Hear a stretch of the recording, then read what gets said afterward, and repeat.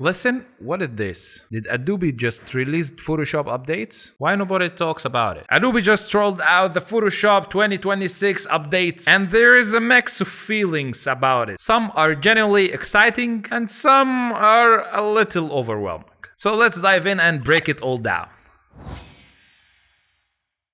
So let's start with the big elephant in the room, which is upscaling. Right now, you can upscale images using Topaz Labs inside Photoshop. Just go to Image and you will find it here, Generative Upscale. Press on it and you will find that you have access to Topaz Bloom and Topaz Gigapixel. And I'll show you the difference between them. And of course, there is the Firefly Upscaler.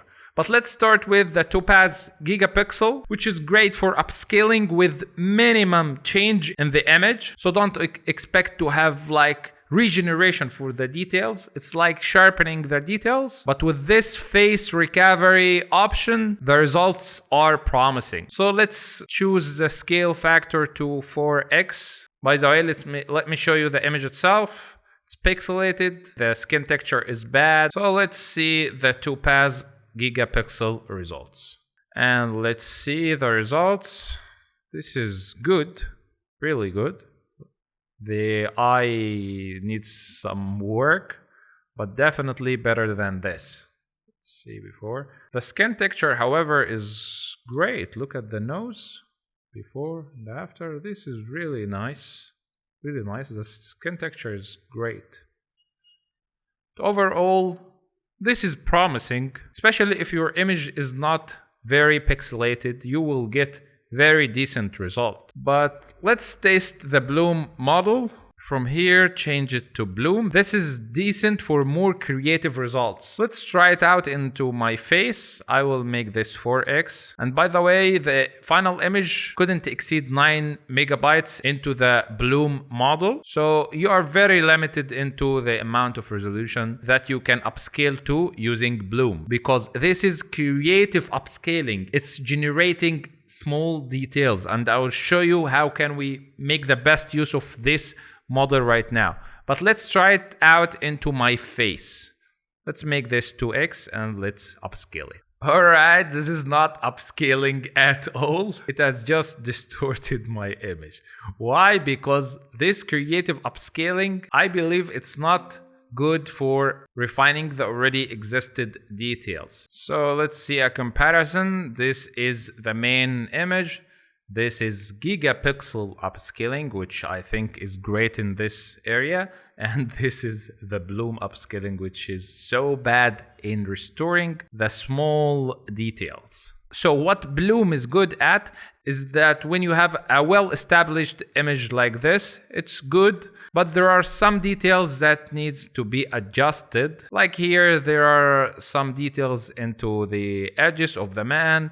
His face obviously pixelated and the edges are not selected properly. So something like this, when you upscale it, so let's press Alt-Control-Shift-U, and there is this creativity slider. So what is this exactly? So 0 creativity, it will stick to the main source image as possible. And 10 creativity is go wild, just hallucinate, do your own things, your own AI things. And somewhere in the middle, I guess, what we need. So let's choose something like 7 to show you the result. And here is the results. Look at the fish. Let's see. Is before, here is after. It completely changed the fish itself, but it added some interesting effects into the fish. Look at this. Before, after. Let's see here the transition between the water and the boat. Before and after. Let's zoom in. Before and after. It has done a decent job here. Let's see this. Before, after. Yeah, this is really nice, this part. Obviously, it changed the man. So let's see him. This is not the same man anymore. But the closing looks really nice. And look at this area. Before and after. Yeah, this is better in terms of selection.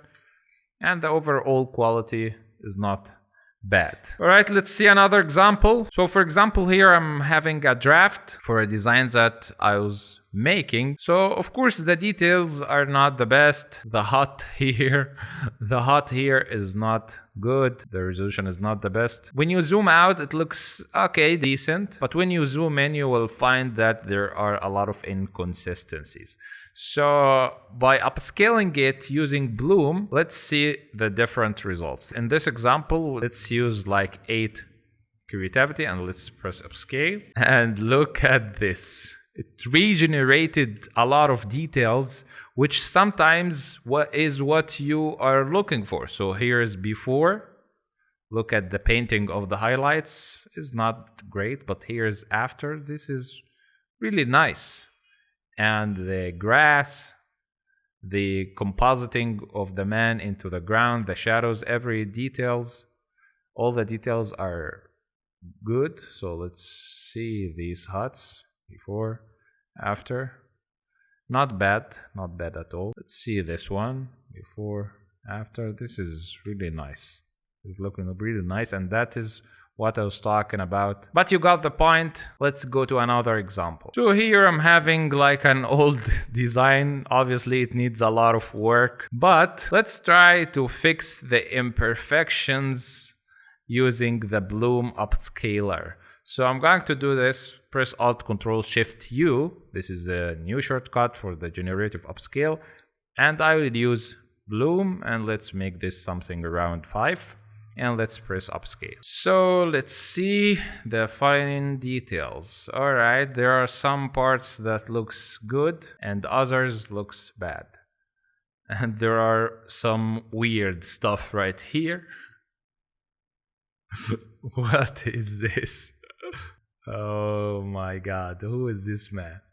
Alright, so we can benefit from this by just masking the areas that we like. So I'll just press Ctrl I to invert the mask of the upscaled image, and I'll just use the brush to paint into the areas that I think looks nice.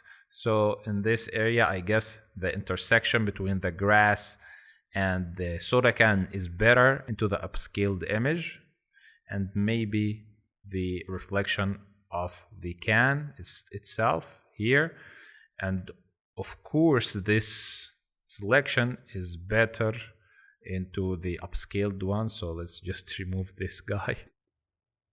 And maybe we can use this area as well, and maybe the man himself.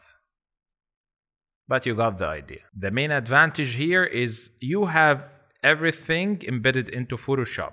So you're just quickly masking the areas that you like into the upscaled image. You're having this flexibility and freedom inside Photoshop. The next interesting update is the white balance slider, now embedded into the adjustment layers. You can use them now non-destructively. You can find them from color and vibrance from here, and you will find here the temperature and tint. So you can easily manipulate the white balance like this without making it non-destructively like we used to do using camera raw filter. And the next update is that we finally having the Harmonize option directly into Photoshop. So let's try it out. This is a visual I've recently made a tutorial about. You will find it in the channel. This is the skull image before, and here's after me blending the skull. So let's try to blend it using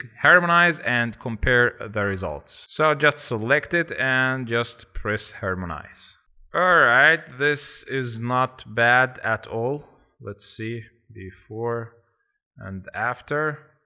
This is not bad at all, but of course mine is better, and that's why I'm telling you that you should definitely understand the basic concepts of photo compositing and photo manipulation. Even with this AI thing, your eye is your judge. So if you can't see how to composite images, no AI tool can help you. Or it may give you like decent results like this, but this is not the best. The next update is improved selection for photos. So if we are having like an image like this, and you can just press into remove background, and boom, you have really good selection.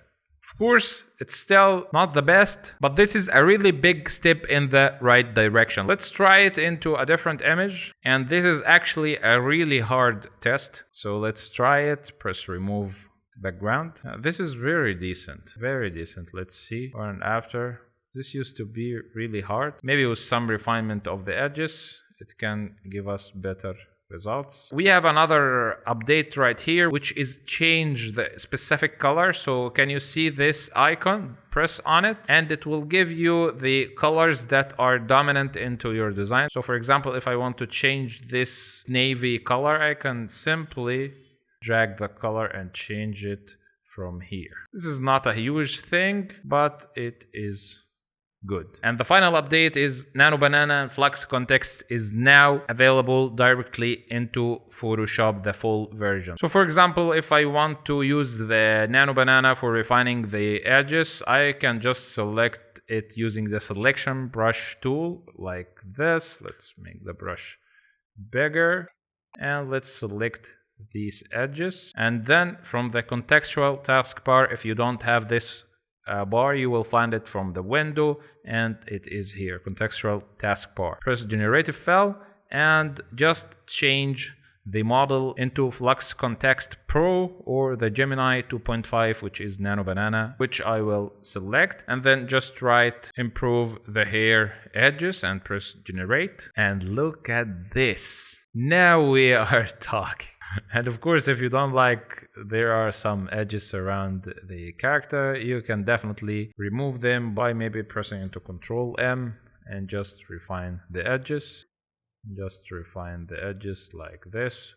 Or you could have just used a soft brush into the selection brush tool, and from here just decrease the hardness to 0 and you will have like a soft brush which will not leave these edges when you are done.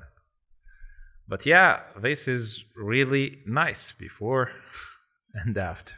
And yeah guys, this is it. I guess there is not like huge updates in this version except for the Nano Banana, which is already here, and maybe the upscaling model will be useful in some cases. Alright guys, see you soon in next tutorials. Peace.